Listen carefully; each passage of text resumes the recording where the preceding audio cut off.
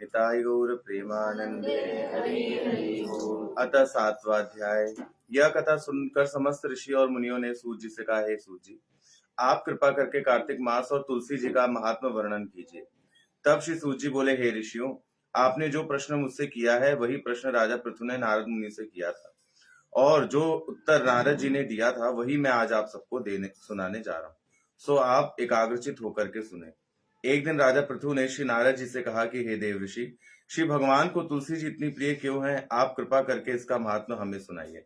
राजा पृथु की बात सुनकर के देव ऋषि नारद बोले कि एक समय देवराज इंद्र से देवी देवताओं तथा अप्सराओं सहित देवों के देव महादेव जी के दर्शन कैलाश पर्वत पर गए, और जब वह कैलाश पर्वत पर पहुंचे तो वहां पर उन्होंने भारी आकार तथा भयंकर नेत्रों वाला पुरुष देखा। तब इंद्र ने उससे पूछा कि तू कौन है और शिवजी कहाँ है? इंद्र की बात पूछने पर भी उसने कोई उत्तर नहीं दिया। तो इंद्र ने बड़े क्रोध करके इंद्र ने अपना वज्र उठा करके कराट पर मार दिया, भगवान के कराट पर मार दिया। उससे उसका कंठ नीला हो गया, कंठ नीला हो गया, परंतु साथ ही इंद्र का वज्र भी भस्म हो गया। तत्पश्चात उसकी आंखों से एक प्रचंड ज्वाला प्रकटी। उसी समय ऐसा प्रतीत होने लगा मानो इंद्र सहित सारे संसार को जला करके वह ज्वाला भस्मीभूत कर देगी। ऐसी स्थिति देकर के श्री बृहस्पति देव तथा इंद्र आदि सब देवता नतमस्तक होकर के भगवान शिव जी की स्तुति करते हुए बोलने लगे, हे देवों के देव महादेव, त्रिपुरासुर और अंधकासुर का विनाश करने वाले तथा यज्ञ का फल देने वाले त्रिपुरारी आपको बारंबार प्रणाम है। हे सुनर मुनियों के रक्षक करने वाले, आपको नतमस्तक प्रणाम है। श्री नारद जी की ऐसा कहते ही राजा पृथु इस प्रकार देवताओं की स्तुति सुनकर श्री महादेव जी से समस्त ब्रह्मांड को भस्म कर देने वाली अग्नि को शांत कर दिया और बोले कि हे देवताओं, मैं तुम्हारी स्तुति सुनकर बहुत प्रसन्न हूँ, तो तुम वर मांगो। तब समस्त देवताओं सहित बृहस्पति जी ने क्षमा दान मांग लिया और कहा कि हे देव, जो सुरराज्य से अपराध हुआ है उसके लिए क्षमा प्रदान कीजिए। श्री बृहस्पति जी की स्तुति सुनकर के पुनः देवादिदेव श्री महादेव जी ने कहा, मैंने इंद्र का अपराध क्षमा कर दिया और जीवन दान दिया। हे बृहस्पति जी, आज मैं तुम्हारा नाम भी अमर होगा। तब श्री बृहस्पति जी बोले कि हे भगवान, यदि आप हम सब पर प्रसन्न है तो सुरराज की रक्षा कीजिए और सारे ब्रह्मांड को भस्म करने वाली अग्नि जो आपके तेज से उत्पन्न हुई है उसे शीघ्र शांत कर दीजिए। तब भगवान शंकर ने कहा, नेत्रों से निकली हुई ज्वाला रूपी तेज अब वापस नहीं हो सकता, अतः हम इसे कहीं दूर फेंक देंगे। ऐसा कहकर भगवान भूतेश्वर ने उस अग्नि को समुद्र के अंदर डाल दिया। सो वही अग्नि गंगा के संगम श्री गंगा सागर में जाकर के गिर पड़ी और बालक का रूप लेकर के रोने लगी। उसके रोने की आवाज सुनकर के पृथ्वी कंपायमान होने लग गई तथा सातों द्वीप बहरे हो गए। ऐसा आश्चर्य देख करके और समुद्र की गोद में बालक को रोते देख करके ब्रह्मा जी आश्चर्य से पूछने लगे कि किसका बालक है।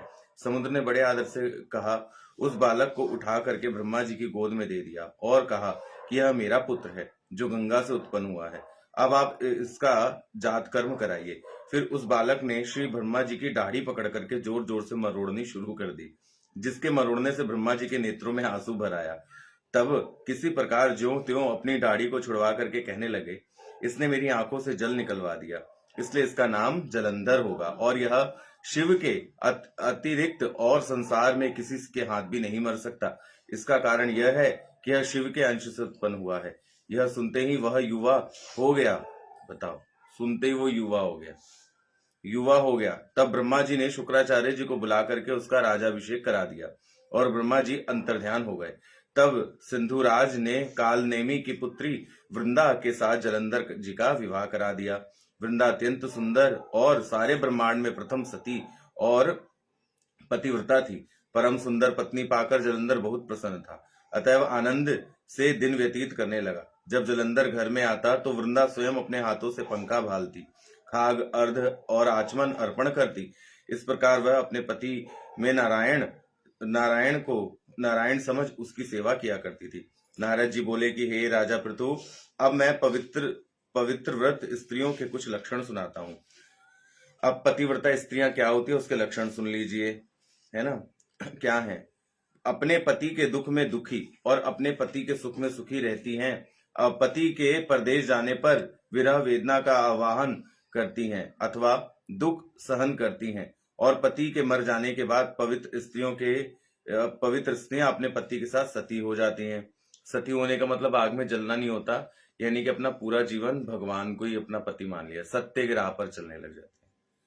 अपने पति के पाप पुण्य के आधे अंश की भागीदारी होती है, इसलिए स्त्रियां अर्धांगिनी होती हैं। अपने पति के पाप और पुण्य को आधा आधा बांटने वाली स्त्रियों को निश्चय ही अपने पति के मर जाने के पश्चात उसके साथ सती हो जाना चाहिए। जो स्त्री अपने पति के साथ सती हो जाती है वह अपने शरीर के 3.5 करोड़ रोम के अनुसार 3.5 करोड़ वर्ष तक अपने पति के साथ स्वर्ग में वास करती है। जो स्त्रियां सती होने के लिए शमशान भूमि तक जितने कदम उठा करके जाती हैं उनको एक एक कदम पर एक एक यज्ञ का फल प्राप्त होता है। ऐसी स्त्रियां अपने माता पिता और पति इन तीनों कुलों को पवित्र कर देती हैं। जिस प्रकार सपेरा सर्प को बिल के बाहर निकाल लेता है, ठीक उसी प्रकार पतिव्रता स्त्री नारी अपने पति को नरक के दरवाजे से खींच लाती है। अतः पतिव्रता स्त्री द्वारा पति के साथ सती हो जाने को परम धर्म बताया गया है। नारद जी बोले, हे राजा पृथु, देवताओं के भय से भयभीत होकर के जो सब दैत्य पाताल लोक में भाग गए थे, वह जलंधर को अभय पाकर पुनः पृथ्वी पर आकर निर्भय घूमने लगे। उसी समय जलंधर ने राहु के कटे हुए सिर को देख करके उससे पूछा, अपने गुरु शुक्राचार्य से पूछा, इसका क्या रहस्य है। तब शुक्राचार्य जी ने समुद्र मंथन की सारी समय देवताओं द्वारा रत्नों के चुराए जाने की सारा वृतांत जलंधर से सुना दिया। इस प्रकार अपने पिता का मंथन और देवताओं के द्वारा दैत्यों का अपमान सुन करके जलंधर को बहुत गुस्सा आया और उसने क्रोध में भरकर भस्म नामक दूत को बुलाया और धुर्मा के पास भेजा। उसने देवराज इंद्र की सभा में जाकर के अभिमानवश न मस्तक झुकाया और न ही किसी को नमस्कार किया। साथ ही गरज करके कहने लगा, दैत्यराज जलंधर ने जो कुछ कहला भेजा है सो सब कान खोल करके सुन लो। उन्होंने कहा कि मेरे पिता का मंथन करके जो 14 रत्न तुमने ले लिए हैं उन पर तुम्हारा कोई अधिकार नहीं है, अतः भला इसी में है कि तुम सारे रत्न हमें वापस लौटा दो। दूत ने यह अभिमान पूर्वक शब्द सुन करके भयभीत हो गए और विस्मय के साथ बोले कि समुद्र सदैव हमारे शत्रु दैत्यों की रक्षा करता है, इसलिए हमने उसको मंथन जो रत्न लिए हैं उन पर दैत्यों का कोई अधिकार नहीं है। दूत ने देवताओं के ऐसे वचन सुनकर के वापस लौटकर जलंधर को सब सुना दिया, जिसको सुनने से जलंधर को बहुत गुस्सा आया और देवताओं को जीतने के उपचार सोचने लगा। उसी समय दिशाओं में अपनी दूत भेजकर पाताल से संदेश देकर समस्त दैत्यों को बुला लिया और शुंभ और निशुंभ को दैत्य दल का सेनापति बना दिया। उन्होंने दैत्य दल सहित नंदन वन में जाकर इंद्र को अमरावतीपुरी को चारों ओर से घेर लिया। तब इंद्र देव की आज्ञा से देवताओं भी युद्ध के लिए तैयार हो गए, मैदान में आ डटे और अपने पराक्रम से अस्त्र शस्त्र से दैत्य को देव तपो का युद्ध आरंभ हो गया। दोनों पक्ष एक दूसरे को मार मार कर गिराने लगे और शोगित की धारा बहने लगी, यानी खून की धारा बहने लग गई। मर मर के गिरे हुए हाथी और घोड़े पृथ्वी पर भर गए। जो दैत्य समर भूमि में जान से मार गए थे उन्हें शुक्राचार्य अपनी संजीवनी विद्या से जीवित करने लगे। बताओ, उधर श्री देवगुरु बृहस्पति द्रोणाचल पर्वत की दिव्य जड़ी बूटियों के प्रयोग से देवताओं की जीवाने लगे। तब देवगुरु बृहस्पति द्वारा जड़ी बूटी के प्रयोग से देवताओं को जीवित करने का समाचार दैत्यराज जलंधर ने सुना तो उसने समस्त बलशाली दैत्यों को एकत्रित करके आज्ञा दी कि द्रोणाचल पर्वत उठा करके समुद्र में फेंक दो। बताओ, हम जिंदा हो जाएंगे, तुम मर जाओ। तब जलंधर की आज्ञा पाते ही दैत्यों ने द्रोणाचल पर्वत को उठा करके समुद्र में फेंक दिया और फिर इसके बाद घोर युद्ध आरंभ हो गया। जब युद्ध में अपने देवता मरने लग गए और गुरु बृहस्पति जी संजीवनी बूटी लेने द्रोणाचल पर्वत पर गए तो वहां पर्वत न पा करके और दैत्यों का संहार देख करके वह घबरा गए और व्याकुल होकर के देवताओं से कहने लगे कि शीघ्र यहाँ से भाग जाओ, क्योंकि ये दैत्य जलंधर के अंश से उत्पन्न हुए हैं, इसलिए तुम्हें इन्हें नहीं मार पाओगे। श्री गुरु बृहस्पति जी की यह बात सुनकर के सारे देवता घबरा करके वहां से भागने लग गए। जब समस्त देवी देवता वहां से भागने लग गए और जगह जगह जाकर के छिपने लगे, तब दैत्यराज जलंधर ने जीत के नगाड़े बजाते हुए अमरावती नगरी में प्रवेश किया। सब देवता भयभीत होकर सुमेरु पर्वत की कंदराओं में जा छिपे। देवताओं के भाग जाने पर इंद्र की राजधानी अमरावतीपुरी शुंभ और निशुंभ की अधिकार में सौंपकर जलंधर लापता देवताओं का पीछा करने के लिए सुमेरु पर्वत की ओर चल दिया।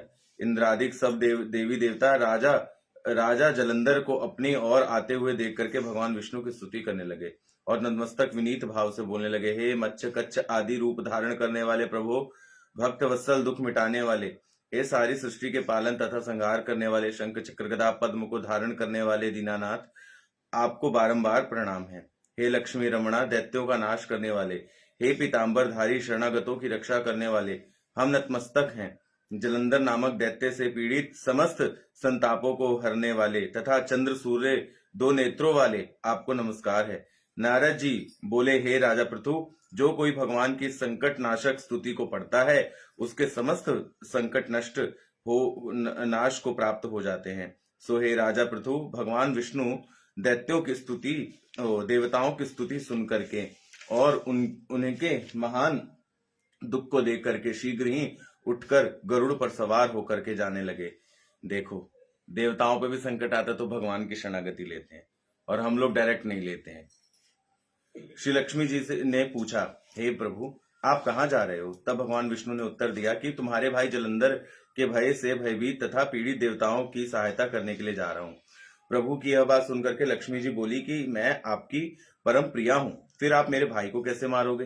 तब भगवान ने कहा, शंकर से उत्पन्न और ब्रह्मा जी के वचन के कारण हम जलंधर को नहीं मार सकते, क्योंकि उसको वरदान था कि वो मरेगा तो किसके हाथ से? शंकर के हाथ से। लक्ष्मी जी को यूं समझाकर शंख चक्र और खड़ग लेकर के जलंधर से युद्ध करने के लिए भगवान चल दिए। जिस समय भगवान युद्ध करने लगे तो भूमि में पहुंचे तो बहुत से दैत्य गरुड़ के पंखों के वेग से ही मर गए। बता, गरुड़ उतर रहा था उसी के उससे मर गए। यहाँ देवताओं से एक भी नहीं मर रहा। पवन से पीड़ित दैत्यों को देखकर जलंधर को अत्यंत क्रोध आया। तब वह भी भगवान विष्णु के सम्मुख युद्ध करने को चला गया। उस समय जलंधर और भगवान विष्णु में घोर युद्ध होने लगा। उसी समय बाणों से आकाश ढक गया। भगवान विष्णु ने जलंधर के रथ, ध्वज, छत्र और बाणा काट डाले। तब सारे रथ, सब घोड़े मर गए, सारे रथ टूट गए। यह देख जलंधर गरुड़ के मस्तक पर एक गदा मारी, जिससे वह मूर्छित हो गया। बताओ, ऐसी तो लड़ाई हो रही है, अब भगवान क्या करेंगे? तब भगवान विष्णु ने अपनी तलवार से जलंधर की गदा को काट डाला। तत्पश्चात जलंधर और भगवान में मल्लयुद्ध होने लगा। जलंधर ने भगवान विष्णु की छाती पे एक मुक्का मार दिया। अब भगवान भी क्या करे बेचारे? बताओ, देवताओं को बचाते बचाते भगवान भी यहाँ पे मुक्का खा रहे हैं। बताओ, कितनी शर्म की बात है। जलंधर और भगवान विष्णु के घोर युद्ध को देखकर सारा ब्रह्मांड भयभीत होकर के कंपायमान होने लगा। तब भगवान विष्णु ने कहा कि हे दैत्यराज, तुम्हारा और हमारा युद्ध ठीक नहीं है, क्योंकि तुम लक्ष्मी के क्या हो? भाई हो। तब जलंधर ने कहा, हाँ, आप प्रसन्न हो तो मैं आपसे एक वरदान मांगता हूँ कि आप लक्ष्मी और गरुड़ सहित मेरे घर में चलिए। यह सुनकर के भगवान विष्णु लक्ष्मी और गरुड़ के सहित वहां पर उसके घर पे रहने के लिए चले गए। तब जलंधर समस्त देवताओं के स्थान पर दैत्यों की नियुक्ति करके जलंधर नगर में निवास करने लगा और देव, तपो, गंधर्व व किन्नर आदि पर जितने रत्न थे वह सब उसने छीन लिए, उसने अपने अधिकार में कर लिया। निशुंभ को शासन करने के लिए पाताल में भेज दिया। वहां पहुंचकर निशुंभ ने शेष आदि नागों को वश में कर लिया। इस प्रकार जलंधर देव, यक्ष, किन्नर, गंधर्व और मनुष्य सबको अपनी प्रजा बनाकर के पुत्र के समान उन सबका धर्म की नीति से उनका पालन करते हुए त्रिलोकी में शासन करने लगा। नारद मुनि की यह ने कहा कि हे राजा पृथु, एक समय भगवान का दर्शन करने के लिए जलंधर की राज्य लक्ष्मी को देखने के लिए हम भी वहां पर गए थे। इति 7वां अध्याय संपूर्णम। श्रीमन्नारायण भजमन